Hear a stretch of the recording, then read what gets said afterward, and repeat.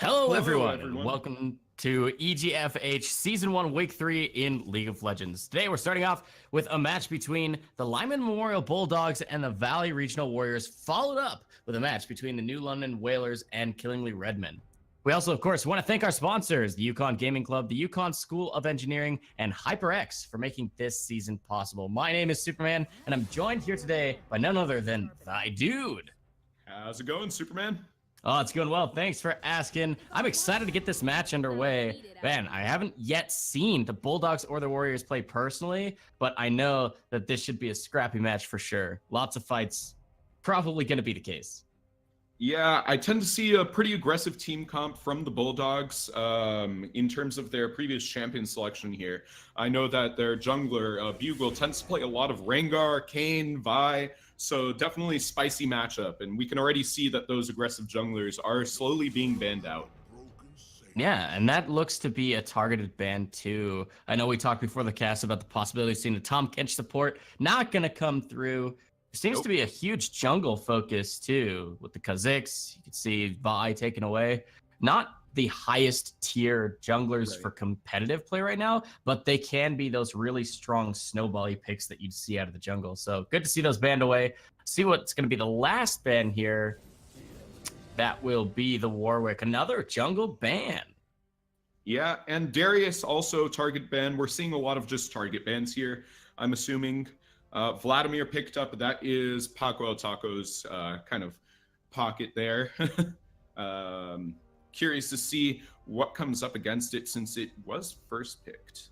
Yeah, that's a really early showing of what could be either solo lane, I want to say, but if it is his pick, it's his pick. The GP hovered here. Interesting that there's so much focus put on the jungle, but neither one of these teams have hyper prioritized it early. All right, looks to see the hover of the Jax. Very strong on this patch. I like the changes. That is his strongest champion. That is his strongest champion. Yeah, he's picked that pretty consistently first. I'm really surprised that they're picking out that Gangplank first now that they already see the Vladimir out. They have a lot more time to think on their champions, maybe get some priority picks out, but it looks like Gangplank's their priority. Yeah, it's just the comfort pick for the top lane, much like the Jax in the jungle. They're just trying to play to their strengths, especially picking blind. It's a decent strategy to go with the draft if you're not looking to try and do counter picks. You just want to play your comfort. Hopefully it'll work out for them. That's a lot of physical damage they've already drafted, so they definitely need a little bit more of a spread later on through this draft. But that's going to be the Udyr jungle. Does okay into the Jax, but it just really comes down, I think, to pathing in the jungle and what routes they try and actually plan for themselves. Because when they kind of meet early, Udyr has the early edge, but later on, Jax will just become a monster, and there's really nothing Udyr can do about it. Yeah, and the same can be said for that brand there. He may be a fire-based champion, but he does snowball pretty heavily. Oh. All right. Yeah, looks like we just have to do a quick remake there. Crashed client, looks like. So we'll be loading back into that game shortly. But like we were saying, that brand pick, it does tend to snowball quite a bit if he's able to get that early poke lead. Yeah, Brand, the cool thing about him, especially if that does end up being mid lane, is that he has this pressure, he has wave clear, the AoE control is strong, but you can poke while pushing. It's similar to the Xerath type of play where you can get some damage off on your enemy laner while also pushing the lane to have a rotation priority out of mid lane. If it is the support, it's also strong down there as well, dude, because you have Spell Thieves, and as soon as you land one ability, you got the tick that comes through, and it can help get that additional gold income and additional damage when they proc that item's ability. That power spike. Yep. Yeah, and that's something really important to note too. You said if it's picked in the mid lane, but it also could be picked for support. It's a nice flex pick that they started going there. From what I can tell, I think it's going to end up going to Shield of Tails there in the mid lane. It is one of his most played champions. So definitely a good option there. Like you said, comfort picks, comfort picks, comfort picks. Yeah, and that should be good for them, right? Especially if you're outclassed a little bit in terms of the rank differential between these two teams, you want to be comfortable coming in on the champions you pick for yourself. Yeah, Interesting though, with Go the ahead. draft developing overall, simply because it seems that the comfort picks, like the desire to be comfortable on these picks is far more important than any sort of rhyme or reason to the composition. Because if you have Brand and Vladimir on the same team, yes, they both deal a lot of damage, but you can expect now that the frontline Jax is going to just be stacking magic resist and might become even more of a problem because of that. And even though they do bring a lot of area of effect damage, right now the Bulldogs team is pretty low on reliable CC. Pretty much the only point and click CC they have right now is the Udyr Bear Sands, which requires them to run up to you. Brand's CC, not all that reliable. Has to land 2 abilities, one of which is a skill shot guaranteed. So it's very hit or miss composition here that I'm seeing. Yeah, and there's not much more information until we get that remake. Again, just technical difficulties. One of the players had their client crash, so they're looking to hopefully load back in. And then as soon as we do that, we'll get underway. We're going to go to a short break here while we wait for that to happen. We'll be right back with some League of Legends action.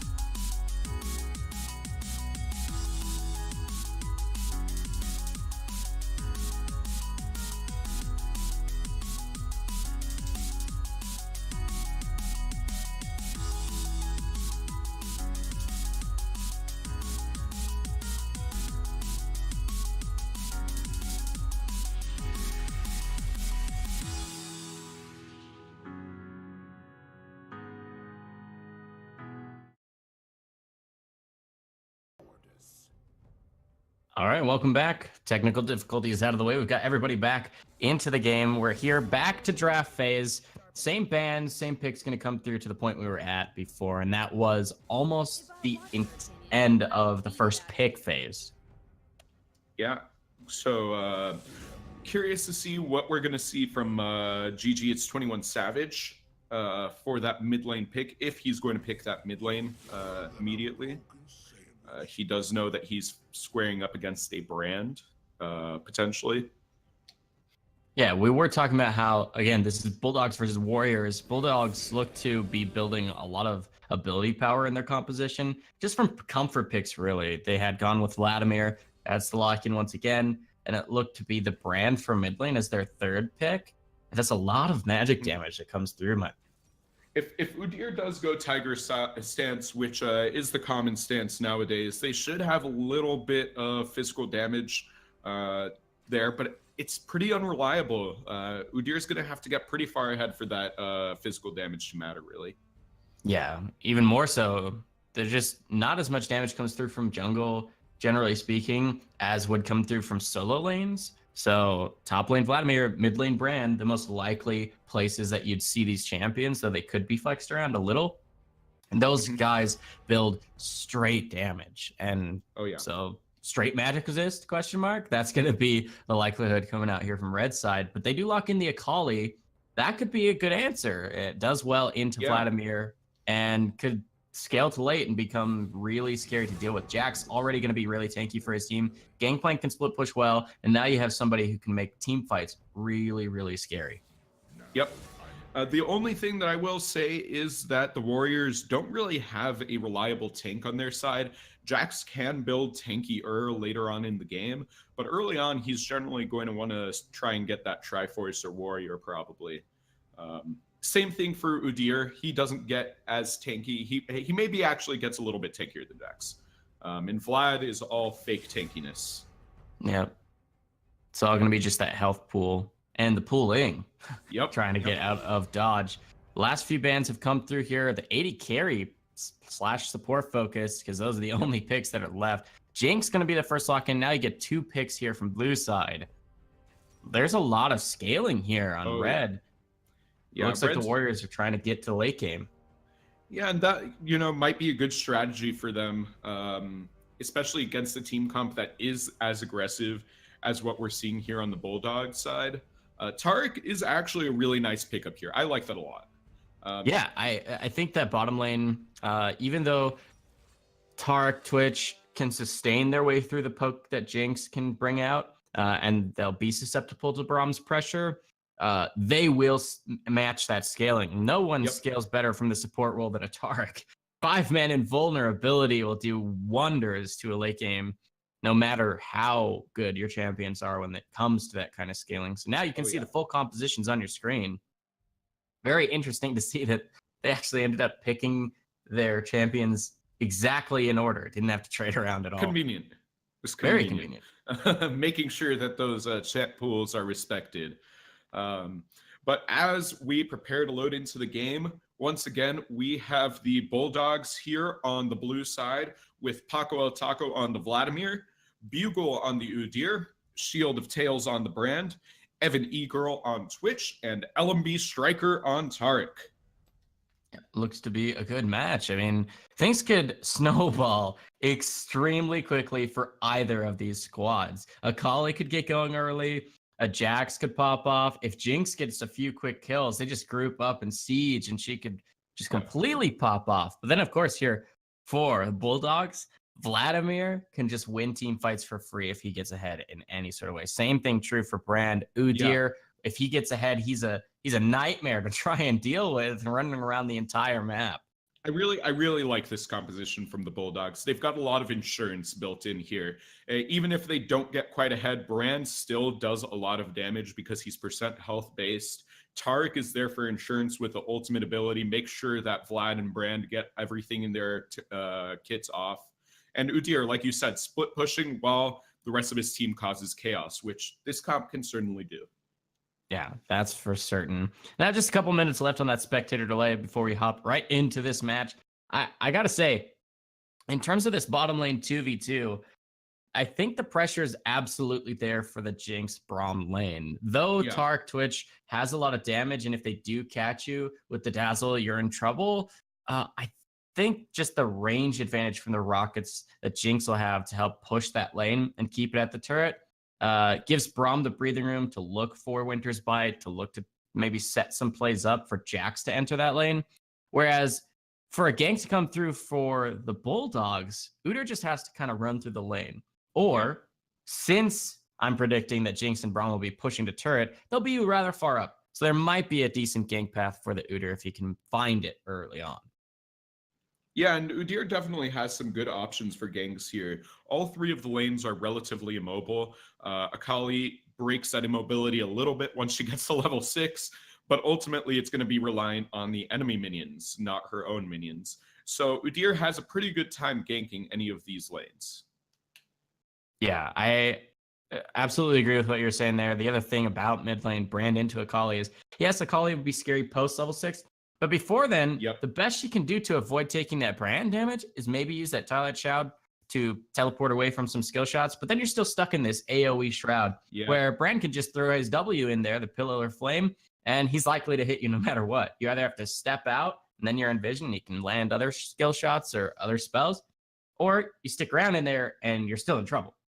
Yeah, you get pinged by that invisibility overlay, and Brand knows exactly where you are, and not too hard to land that Q, follow up, and get the stun off. Yeah. So what do you expect to see out of top lane here? I'm curious for your thoughts on this matchup between Gangplank and Vladimir. I have to say, I play a decent amount of Gangplank, and Vladimir sounds like a terrible lane. Ultimately, I think it's going to be pretty gank reliant as to who gets an edge out here. Vladimir definitely has the early pressure, though. Yeah, I mean, sustain is pretty good for both of these, right? You can eat oranges and BK if you are the GP. If you're Vlad, your entire kit revolves around you staying sustained through your health pool. I don't know. Even at level 6, it seems difficult for either one of these guys to have solo kill pressure unless they've already been in full dominating control of that top lane and winning the health game, the sustain game, if you will, that early on. Yeah, Vlad does have the advantage in that his sustain is not based on mana, where Gangplank is using a significant portion of his resources in order to sustain there. On the other hand, he has Kleptomancy, and as we all know, it's broken. It is broken. Can give you items that don't even exist in the game anymore, like you mentioned the resource bar, mana potions. Mana potions. Yep. It's always nice to see that little blue potion appear in my inventory when I'm using Kleptomancy. Reminds me of days past. Yeah. But it mostly is good for the future. Yeah, in the top lane or bot lane, wherever you take that Kleptomancy, it's always a trip down memory lane for sure when you get those. I want to point out here a keystone that's really interesting. Jax has Electrocute. That really is pointing out a huge amount of early game aggression. Normally you want to see press the attack maybe on a Jax, or even sometimes grasp of the Undying. But what are your thoughts on the Electrocute Jax? It's a little bit more aggressive early, but like you said, press the attack or some other keystones even do a lot more for you once you do have items. But the base damage from Electrocute is huge early on. This tells me that there's a possibility Jax is looking for some early invade pressure. He's hoping to catch out the Udyr in his own jungle or catch him in rotation through the river and use the Electrocute for that. And it looks like both teams are kind of walking up here, though this is kind of the standard for the past couple of patches. Looks like the Bulldogs are going to be able to push out the Warriors from their own blue buff.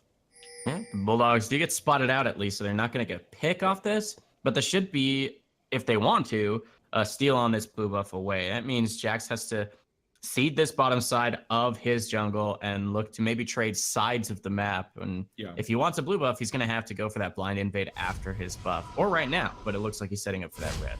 It looked like pings came out, if I'm not mistaken, before the invade. That kind of signified Jax was already intending to start on that red buff, which I think is a pretty reasonable pick for that Jax.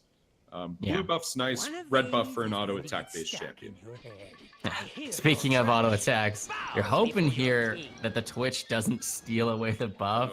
That's one of the worst feelings is when you stack up that true damage poison ticking passive on a buff while you're leeching for a jungler. The worst feeling is when and the brand too. Yeah, and the brand too, the passive damage is there.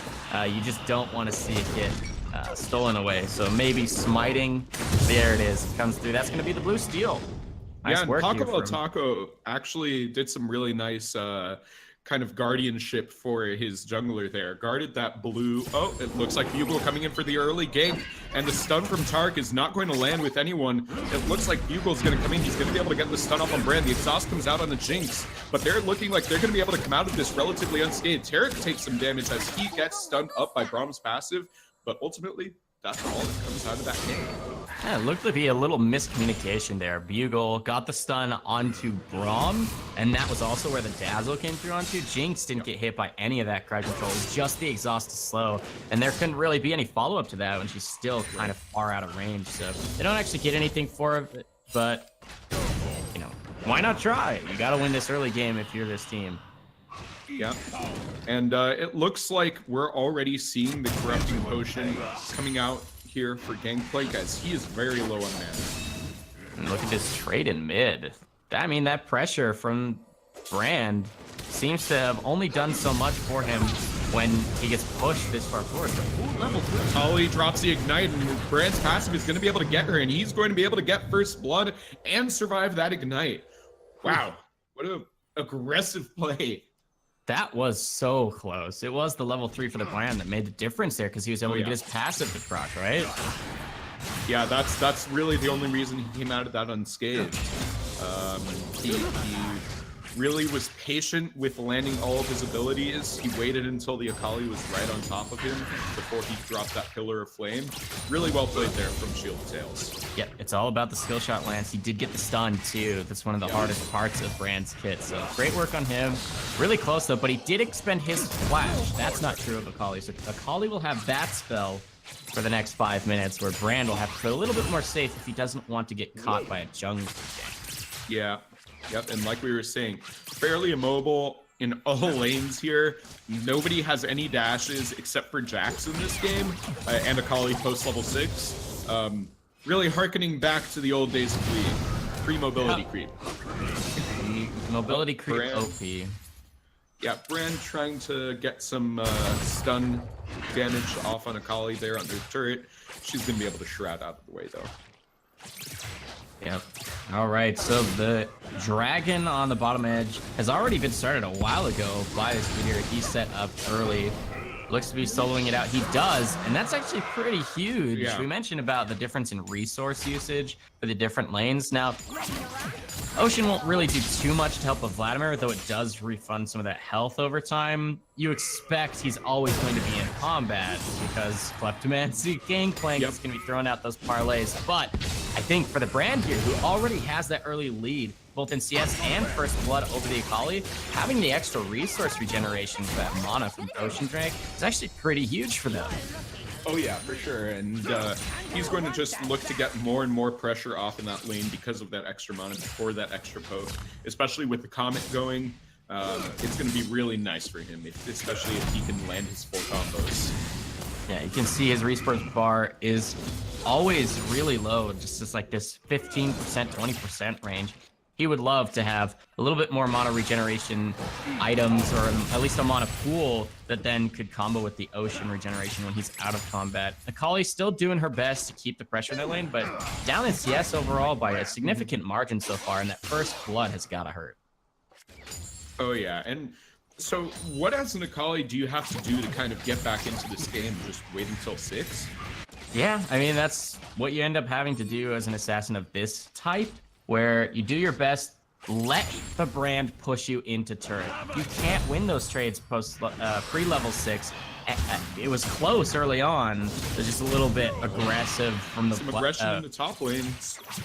Looks like Vladimir used his ult there to kind of scare off Gangplank, who was running him down a little bit Vlad not looking too healthy, so pop that Hemo Plague. Yeah, so level difference. Level 6 for Vladimir going to try and use that to his advantage before Gangplank just now gets Cannon Barrage. But yeah, if you're a Kali, just let yourself get pushed in a turret and do your best to farm underneath. But Taco getting the ult down. He already drops his pool. The barrel comes down, Gangplank. But Paco Taco is able to flash out and run away, and the burn over time will not be enough to take him down. Yeah, he gets out relatively scot-free, but that is his flash, and it won't. And in the mid lane, it looks like Jax is coming in for a gank. He's only level 4 though, and he's not going to find a good angle. Yeah, nice point about the level difference there. You can see the CS numbers in the jungle mean a lot more each number than in lane. So with that much of a lead in the jungle, already got the Drake. That's a neutral objective going their way. You can see the Uter's been running around. It's been quiet on the gank front, if you will. But a lot more has gone Uter's way just in the PvE battle. Oh, stun coming out Fox, but nothing out of it. Oh, Akali going aggressive. She does have the level 6. The Ignite is dropped onto both champions, and it looks like she's actually also going to go down unless the Triumph. No, it's not enough. And a trade in the mid lane. No jungler assists. Close there, dude. Man, that was so close because of the Ignites from both these guys and the passive tick damage that can come through from Brand. It looked really close. Akali, you mentioned the Triumph. It almost worked out perfectly for her to get out of the way after getting that kill. Like Twitch is going to get trapped up here. The exhaust coming out on the Jinx right after Braum walks away. A little bit hasty there, but Udyr, speaking of haste, running in, trying to get a stun, but he takes Braum's Q to the face and gets too slow to follow up. Yeah, I've been watching this Braum, and he's pretty good about landing the Winter's Bite on whichever target he feels he needs to. You slow that Udyr, no real way for him to get onto you. So great choice there, great target selection. Landing that skill shot, that's what you want to see out of that sport. Yep. And it looks like the mid lane is getting back here. Akali looking like she's actually going to roam over to the top side and try and take advantage of that lane pressure. Brand is able to shove his lane in completely to turret because of that. Yeah, I do like that choice. Corner, and she's walking up on Vlad. Vlad doesn't look like he knows that she's there. He gets hit by the barrel and slowed. Akali's going to come in. Here she comes. The pool comes out immediately, and she's going to look to dash. The Hemo Play comes out. Taco getting very low here, but Akali is going to be able to follow up. She's forced to flash out of turret range. Oh, not quite enough damage. Yeah, tragic indeed. Yep. She chose to roam up here and sacrifice the farm that's crashing on the turret, as you mentioned in mid lane, because her team says, look, we got the flash out of top lane, why don't we come and kill him? Oh, stun coming in on Brand. Brand is not taking very much damage, and he actually, did he drop the ult there? Yeah, it looks like he did, and Jack's taken very low. He's going to be forced to probably back here. Yeah, just units away from getting a bounce off of that ultimate too. It might have been really close to a kill if it had a bounce to the minion wave, but it didn't. Unfortunate there for the Brand. But he's feeling pretty strong in mid lane, tripling the farm of this Akali and pressuring the possibility of first brick already under 10 minutes. Yeah, Akali may be level 6, but she's quite a lot of gold down here. Let me see if I can actually get that gold number here. Yeah, up here in the top lane, GP's still just farming away. Luckily, he's not as far behind in farm as mid lane is, but this Brand has full control of mid lane. He's sitting on a decent amount of gold too, since he's been able to farm some waves while Akali's tried to roam. And then down in bottom lane, it's just kind of been quiet. A small CS advantage has accrued for Jinx, but pretty much the same inventory right now, so not gonna make a huge difference. Oh, Akali coming in for the dash. Shield of Tails being very low, but he's going to run away because Bugle is here to support, and Bugle's going to get the stun up on the Savage. Savage getting very low, and she's going to go down to the damage over time from the gear. Meanwhile, in the bot lane, Tark is forced to drop the ult, and they're both invulnerable, but he's stunned out of position. Evan E-Girl also out of position, forced to flash and heal. The rocket comes out of Jinx, but she's not going to be able to finish off the kill there. They're still going to have to back here on the side of the Bulldogs, and like you said, here comes the Jinx tower damage. Yeah, and Cannon Barrage was used to help hold mid and not lose first brick off of Akali dying. So because of that, they didn't have that to contribute to the fight bottom lane. Super close, Jinx almost getting some kills. You can imagine the reset would be super scary there. Oh yeah. Tarek also getting very low here. He's going to be rooted up, and Jinx is going to be able to get a fair amount of damage. Winter Bites catch him, and Tarek is forced to flash out, but Evan E-Girl is taken very low. Jinx flashes in and is able to get the kill and the reset, and is able to run out from under turret with no problem. Good work. I mean, that was set up all there by Low G's here on the Jinx. Nice use of the Flame Chompers. Actually gets the root on both of them, not at the same time, but one after the other, just on her own, while Brahm's over there securing vision. Great use of those spells here by the Jinx, and it looks like they're going to maybe look for that extra pressure to bring Udyr down to try and stop them. Oh, fight in the top lane. Hemo play comes out. Paco Taco again forced to use it defensively as he runs away. This is not the ideal situation, especially with an Akali right behind him, and she's going to be able to Shadow Dash and get the Ignite, and he's down. Uh-oh, this could be bad news for the Bulldogs. They've been winning the early game pretty handily, but now, even though Akali's down, double farm in mid lane, loses to turret first. She's being able to roam, and now when she's picking up kills for it, that's pretty scary. That's 300 gold every time you leave your lane now as Akali. Yeah, but she is still around 50 CS behind. Oh, Shield of Tails coming in on Haven. Haven's dead. Yeah, not no contest at all yet. Oh, the teleport canceled into that top lane turret. Paco El Taco thinks better of it as his turret actually goes down in exchange for the turret and kill mid. So really, that trade did still go in favor of the Bulldogs. And especially now that they're able to get this blue buff on the brand. Did it go on the brand or did it go on the bugle? Tiger stance, unlucky. Yeah, Tiger stance. Oops. But their own will be smart. Really nice pressure here. Able to kind of push in, but he does need to be kind of wary. He's a Gangplank. He doesn't have the most mobility, and Udyr looking to come topside. While Gangplank starts to make his way out. Nope, Gangplank's going to run into Udyr here. Puck Handler running away, gets smited out by Bugle. Bugle turns on the Tiger Stance, is able to get the stun off. Damage over time ticking, but Puck Handler is going to use that Phage and barrel movement speed to run away. And Swifties too. He's real fast, dude. He's running around. And, of course, Akali coming in onto Bugle. Bugle trying to damage out. It looks like he's going to be able to get some damage, but the Gangplank cannons do come in, and Savage is able to get the kill with an assist going over to Puck Handler. Could be a gank here in the bottom lane too, as Vladimir's trying to chase out the GP.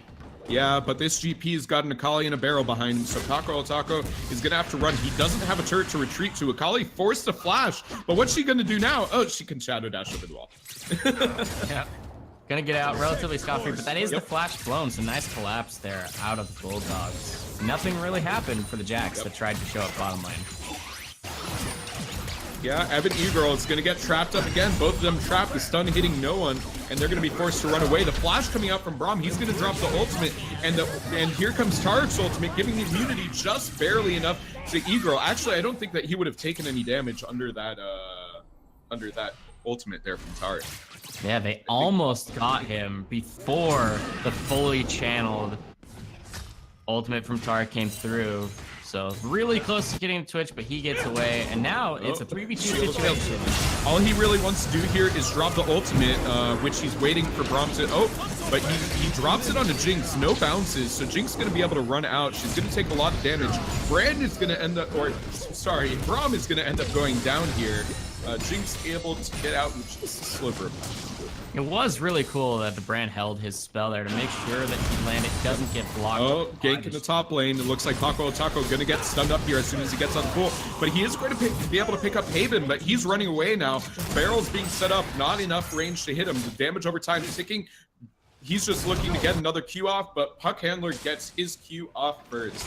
Yeah, and that's the kill to Gangplank. Also gets the mana push, and we talked about. Yeah. Look at this guy. He's farming so well in the top lane. Both of them are. You got to give props to Vladimir for keeping up, too, with all the pressure that's been put up there. So many roams from Akali. Akali now 3-3. Is getting closer and closer to that Gunblade. That power spike is massive. She's still way behind the curve of gold, though, to this Brand. Already has his Luden, so that's a scary item for a Brand to have. That just makes that damage, that burst, even burstier. Yeah, I want to see a Leandry come out of him too, since mostly any tankiness to speak of, if that, on red side here is just hell. There's not really any resist that come through yet, and so with that additional damage based on their health that could come through from Leandry, like it's damage over time. It's hard, even harder to track because you're already trying to deal with calculating brand passive when you're watching your own health bar just melt away. I like that item here for Brand. And we might even just see him pick up a Haunting Guise first, since it does have that 10% extra damage. Oh, fighting the bot lane. Evan Egro pops his ult. He's going to be forced to run back, but he's going to get popped by this Jinx, who has a completed Infinity Edge against his BF Sword Zeal.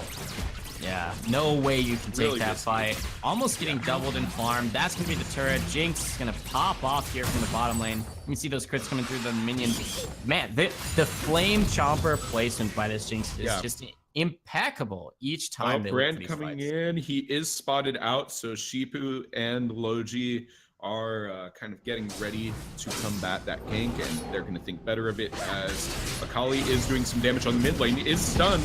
The Pillar of Flame's going to miss. It's a really nice shroud by Akali, but she doesn't really have long for this world as she is out of the shroud, visible, and now dead. Taco, meanwhile, fighting in the top lane. Once again, there's the defensive Hemo Plague as he's running away from Puck Handler. Puck Handler going to be taken pretty low here. Nice sustain out from Vladimir. He's going to be able to get that barrel dead, so he's not going to be scared of that barrel, but Puck Handler getting very low here. Taco too. He does get that second level Q, but nope. Looks like they're going to back out and choose to just farm their minion waves. That was a lot closer than the last fight we saw between these two guys. The sustain now here for Vladimir. Oh, Taco taken low there by that nice barrel. Really good 1-2 punch. Puck Handler running up. He did have vision of Paco in that brush. He does have vision in both of those brushes, so he's just going to be able to Q. Paco is able to reciprocate some of that damage, but really it looks like he's going to be running away as he's setting up the gank from Shield of Tails coming up from mid. But I think that this Gangplank is a little bit too speedy. No, Gangplank wants to take someone down with him, and he's going to try, and he's going to get the damage over time on the Taco, and he's going to go down. Puck Handler is low. He's going to take the Pillar of Flame and the ult, and he will also go down here. But really nice trade there. I still do think he could have made it out safely, but he chose the 1-for-1. Yeah, pretty good choice. If you're not certain you can get out for free, maybe take someone with you. He secures the kill. Especially with the Gangplank. With that great scaling, a 1-for-1, especially between Vlad Gangplank, I think that still is better for the Gangplank. He has the pressure there. Once again, props to the Vladimir for keeping up in farm versus these barrels. Yeah. Evan Egro going invisible as a teleport comes in from behind. Bugle running right into Jinx's face, is able to get the stun down. The Dazzle is not going to hit. Shield of Tails comes in, and so does the Targo ultimate. Jinx goes down immediately. The stun misses from Brand, but it's not going to matter because he's going to take out that Braum too, and they've got eyes on this Wind Drake. Yeah, the second one for them. That's going to be a couple stacks of the Cloud. That's real good. And meanwhile, nice Akali and Gangplank are in the top lane pushing that down. Gangplank is not quite going to be able to get that dragon. It was pretty close. It was sitting on 50 health there during that whole... no smite because they had used it in the fight. Yep. But they do manage to secure it there. That's always good. And Akali and Gangplank just going to continue and try and get some more chip damage. No, they're going to take this turret down. That's real good for them. That'll get that global gold closer to even. You can see it's only slightly in favor of the Bulldogs this early. The Warriors have done a good job mitigating that. Most of their lead has come from the bottom side of the map, whereas it's been the mid lane jungle duo out of the Bulldogs that have just been popping off. 4-1 on the Udyr, 5-1 on the Brand, and now he's got 2 completed items, dude. I actually like the Rylai's. I still would go for the Hunting Guys first before completing that Rylai's. Just sitting on that incomplete item is always really powerful, but this is really good. Logi is sitting on a ward there, and he's going to get aggressed upon, but Tariq, surprise, the rest of the team's there. Yeah. Too many members. This is the bottom lane just being way too far behind. Evan Egro gonna have to keep running. As now Gangplank's on this side of the map too. Yeah, it looks like he's just trying to run in. The stun coming out from Brand is going to hit, but it's an orange and it's K. Now Jinx coming in. She's going to try and get some damage here. Ooh, Paco El Taco facing off against this Jax. He's going to barely be able to get out of the stun range, but not out of the range of death. Hemo Plate comes out on just 1, I believe. He is able to sustain through that, and he's going to survive thanks to Brand. But Bugle now looking like he's in danger. Eve Girl at full health. He's not going to be able to come in and follow up on that fight. And the Super Mega Death Rocket from Jinx is going to go a little bit wide. Yeah, that's too bad. It could have been a nice double for the Jinx. That was a pretty scrappy fight, one way or the other. You can see that the brand damage is always there. He doesn't even have to land every single skill shot, just enough from the E, even the ult, if it bounces a few times, when he has this much of a lead in the game, can just decimate his enemy squad. But just another note too, on the flip side of that is Akali is just so far behind. She had the ability to use all 3 ult charges in that fight and still couldn't take down relatively squishy targets. Yeah, I mean, we're seeing the Ninja Tabi coming out across the board here for the Bulldogs. It's you know, that item is in a fine position right now. As it looks like they're trying to really counter out what you were saying earlier, the heavily auto attack based composition here from the Warriors. Yep, Ninja Tabi is a smart choice. Hopefully getting those on everyone, maybe even the Switch too, but coming in on the Shield of Tails, forced to pop the stopwatch, but he's gonna be dead as soon as he gets out of it. Again, really nice trap placement. Didn't quite catch him because he was dead before he got trapped. Yeah, 390 is the gold that goes over from that shutdown to Akali, the one member who needs it most here on red side. And of course, the shutdown gold that gets split between the team. They're going to make an extra push with this cannon wave onto the mid lane turret. Remember, Brand's missing. Dead. No wave clear. Oh, lots of damage coming out from the Vlad. He's actually going to be able to land the 4-man Hemoplague as Bugle and the rest of the team comes out from behind. And they're just going to get shredded here. The Warriors taking so much damage. Bugle goes down before the Tark ultimate can take place. And the barrel's coming down to slow Evan Egro. Paco Taco looking for more, but they're going to back off as they're going to take that 2 for 3, or 1 for 3.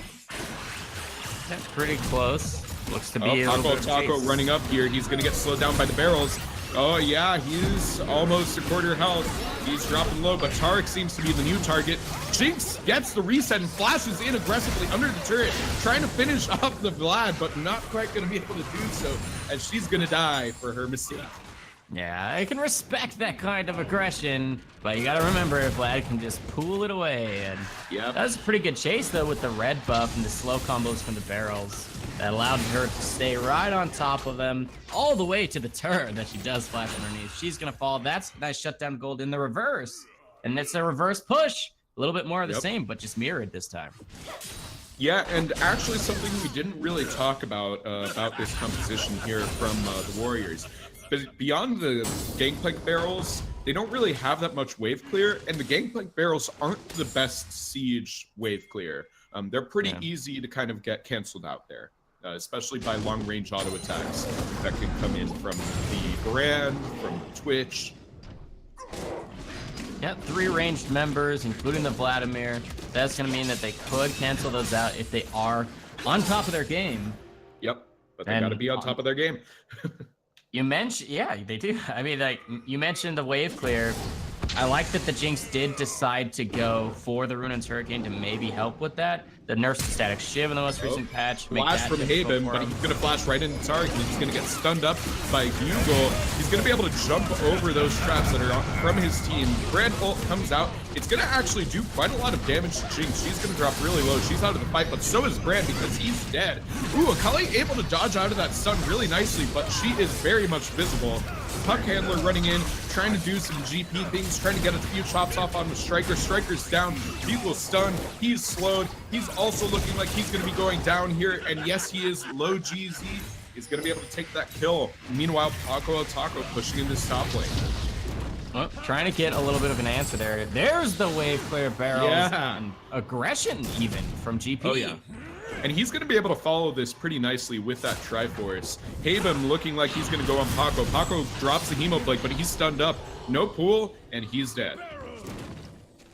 Wow, the scaling is here. It would seem for the Warriors, they're in a pretty good spot off of those last couple of fights. The gold is still really close, 2,000. It's going to balloon a little bit here with this tower being taken. More gold, global gold goes over to them. That's 2,500 or so now in favor of the Warriors. Gotta say, they're looking strong. Their scaling composition is here. And they've got gold in all the right places. Jinx and Gangplank are both supremely fed, and they are both the supreme scalers on this composition. Looking to steal away the first elemental for their team, the 4th of the game. It is going to go down. Nice, secure there by the Jinx. Pretty close, I gotta say. The next neutral objective, the only really neutral objective remaining on the map is that Baron. Not a lot of vision by either of these teams around that side, so we'll have to see if either of them actually prioritize it or if they're just going to keep going with the rotations through lanes. Yeah, we're only seeing that blue trinket coming out here from Jinx.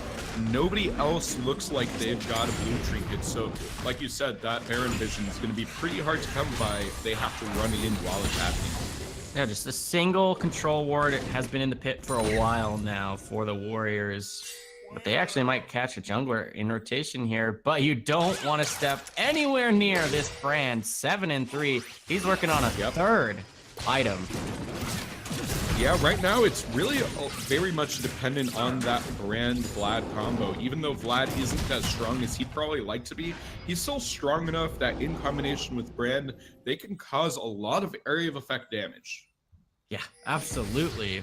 And with the split push that has come through for a while, the GP doesn't have that pressure anymore because he's chosen to now join his team. You mentioned how Eagle takes a lot of damage. He's going to go immediately down to the barrel ult combo here from GP. Striker gets stunned up under the turret. He's at half health and he's dropping out, but Bugle running in is able to get the stun off on Puck Handler. Puck Handler dropping very low, so does Shifu Senpai. But Savage diving under the turret is going to drop the stopwatch while the ult comes down from Tark and does catch the rest of his team. Savage is forced to run out, flash out. The Hemo Plague is going to be able to finish her off. The rest of the team gets caught by that Hemo Plague. And it looks like Udyr is going to try and finish off the Jinx here. Not enough damage as Vladimir trying to pick up the scraps here as well. But he's going to pull and he's going to die. Nope, he's going to stopwatch and then he's going to die.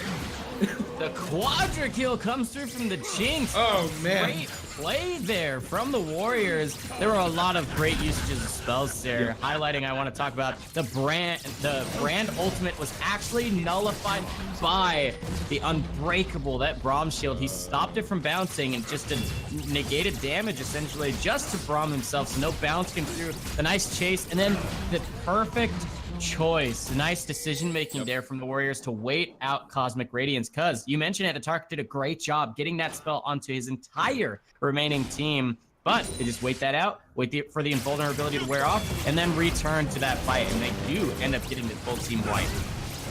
And they're looking at that Baron. Tark seems to be the only person who's going to make it here in time. Udyr running through his jungle. Hatham getting pretty low here.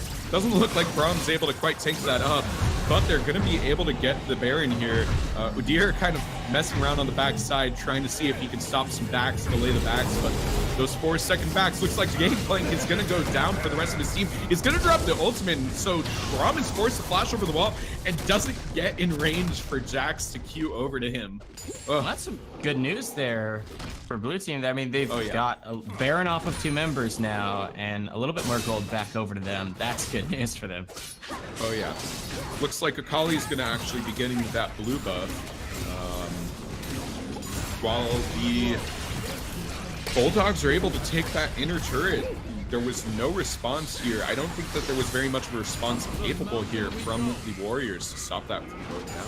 Yeah, I mean, it was the Warriors who got the Baron, but the Bulldogs make the push and actually get an inner turret. Great by them. They're still down about 5,000 gold, though 6,000 even. They're in trouble because there are core items completed on every single member. 2 to 3, 4 on the Gangplank, as you can see. 4 if you count GA as a core item for this Jinx. She's huge. The GP is huge. And they're putting out a lot of pain in these team fights that have broken out over the last 5 to 10 minutes. Yeah, and even GP going with the Maw of Malmortius, he's respecting the magic damage that comes out here from Vlad and Brand. Especially now that it's completed Maw, that lifeline is going to be really nice for him in terms of giving him that sustain to just stay in the fight long enough to try and make a difference there. And as GP with 4 items, you're certainly making a distance with every second you're in the fight. Yeah, he's really the only one who's really respected the magic damage, as you say. He has that Maw that's going to give him the tankiness and survivability in these fights necessary to stay there, deal the damage, remain alive, and keep that pressure alive. But nobody else on his entire squad has built even a single magic resist item. Not even a component. Point out that Randuin's is pretty strange here coming out from Shifu, especially since it looks like he's going to be going for the Knight's Vow next. Low GZ looks like she was almost caught out by the Gangplank ultimate, but it's going to be able to run away pretty easily. But yeah, the Randuin's, it's kind of strange since it's really only applicable to the Twitch, and Twitch is not very fed right now. Yeah, an interesting choice. Not a useless item, but not probably the best, as you say. Yeah, and they're going to be forced to back out here as Twitch takes 2/3 of his health from that barrel. Yeah, when those I gotta say, crits... that Gangplank must be very happy with the 20% crit that he got off on that Twitch with that barrel. Yep. Bonus multiplier from Infinity Edge. He almost 100 to zeros the health bar of Evan E-Girl here. Super close. With the Ocean, they'll have regen just about enough to maybe look to contest the Dragon that's spawning in just about 15 seconds here. Yeah, I'm curious to see if they're actually, if the Bulldogs are actually going to try and contest this very hard. They can get over the wall, they can do damage over the wall, but they're gonna have to make a decision quickly because Ollie is split pushing the top side of the map, just actually knocking on their base, takes down the first inhibitor turret. They have to make a Lich Bane Akali. That's a Lich Bane Akali with Baron. She's gonna do a lot of damage. The inhibitor's down. They need to commit to this. And actually, Bugle's able to get the smite steal.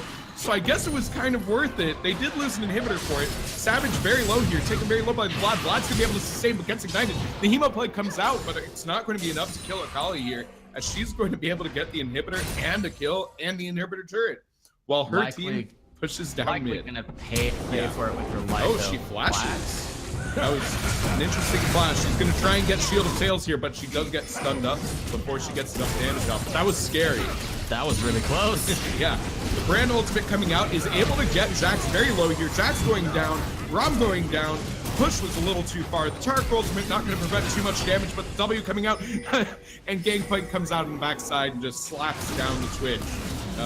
But speaking of slap down, Brand is able to get the triple slap down with a really well-placed ultimate to save that turret. He is his entire team right now. The 11 and 4, 3 completed items. He's got a lot more. There's the Haunting guys that come through on that purchase off of those kills. He has to be the hero for his team on these defenses because they are falling very far behind and they've lost now that one lane of their base. It's going to have these super minions to see on your screen pushing in for the next few minutes. Coming in up to Puck Handler. He does have quite an aggressive build here with the Death's Dance. He still has not completed his jungle item. He's able to get some damage on the Puck Handler, and you can see those items really taking into effect here. Puck Handler dropping very low to the damage over time, but he's able to drop Bugle with those barrels pretty reasonably. But I think that he's going to be able to escape from here. Being a Gangplank with all of his mobility options, he's just going to be able to run away here scot-free. Oh, gets the second barrel off on a Bugle, and he's out. We can see why he actually chose that champion so early in the draft. Super comfortable on it. Nice work with the barrels to even threaten the possibility of a kill if the Hooters chose to continue that chase. So Bugle will have to back off. Even with his aggressive build, he doesn't quite have the damage. Take down this super fast run away from you build with the Swifties, bonus movement speed from that Triforce, and of course the barrels. GP, really hard to catch when it's just the run at you Hooter. It's also really interesting to me that he chose to go with the Lord Dominant, or the Mortal Reminder here. There isn't very much armor besides the Ninja Tabby built on the side of the Bulldogs here, but that the Executioner's Calling would have been a nice component there. And it looks like his last item is going to be the Guardian. Yeah, I think he was going mostly for the Executioner's Calling component, and might as well upgrade that to the Last Whisper. Yeah, Ninja Tabi on everybody's not going to do that much, but I guess there's also the Hourglass that includes the armors for these two AP mages. And now that Udyr has his damage and he feels super strong, he's going to build a little bit more of that tickiness too. And it's mostly going to be physical damage he's facing. It's just a Kali really, and a little bit from Jax that'll be magic damage. So other than those parts of the composition here for the Warriors, it's all physical. So more armor is sure to come through. It's a little bit ahead of the curve to build that Lord Dominix. Yeah, and we see here that both of those carries, those scaling carries, have hit 6 items. Logi catches Strike Round, able to pen through that armor pretty easily, and Striker's gonna get scuffed up and killed by Habum just before Baron spawns. Not a good time for that Taric ultimate to be dead. And not a good time for the Twitch to be dead either. Oh man, it looks like the Bulldogs are kind of falling apart here across the board. They're a little bit split up. Split up and caught out of position. That gives the okay go here for the Warriors to start up the Baron. This is a 36-minute Baron, not quite the 40-minute break point. Grab that fire there, Bugle coming in. They have to remember that Smite Seal. He's not going to get in range. The Hemo Plague is going to go out, and the Baron's going to go over to the Warriors. While in the meantime, they're taking down the rest of the Bulldogs here. The Bulldogs dropping very low. Bugle goes down. That is a clean ace from the side of the Warriors. Yeah, 5-0 plus the Baron. That's going to feel great for the Warriors. They're going to keep pushing here now onto the mid lane. They already got some trip damage on before, bringing in a Baron up double waves. With the Jinx, with the Gangplank, with the Jax, with the Akali, these are incredibly strong tower structure pushers. They should be able to push that minion wave, the Baron up minion wave, into the base. Oh man, Twitch did not stand a chance as he goes down immediately. And so does the base. 1 turret down, 2 turrets down. The Nexus is open, and it looks like the Warriors are going to finish out this game over the Bulldogs. Jeez, that was an explosive finish. Baron into 7 quick consecutive kills. That's going to be the victory here for the Warriors. Congratulations to them. Thanks for tuning in for the first match. That, of course, was the Warriors taking the victory over the Bulldogs. We're taking a quick break now, and when we come back, the Newlander Whalers and Killingly Redmen will face off on Summoner's Rift. But before we head out, once again, thank you to our sponsors, Yukon Gaming Club, Yukon School of Engineering, and HyperX for making this season possible. Don't go anywhere. We'll be right back after the break.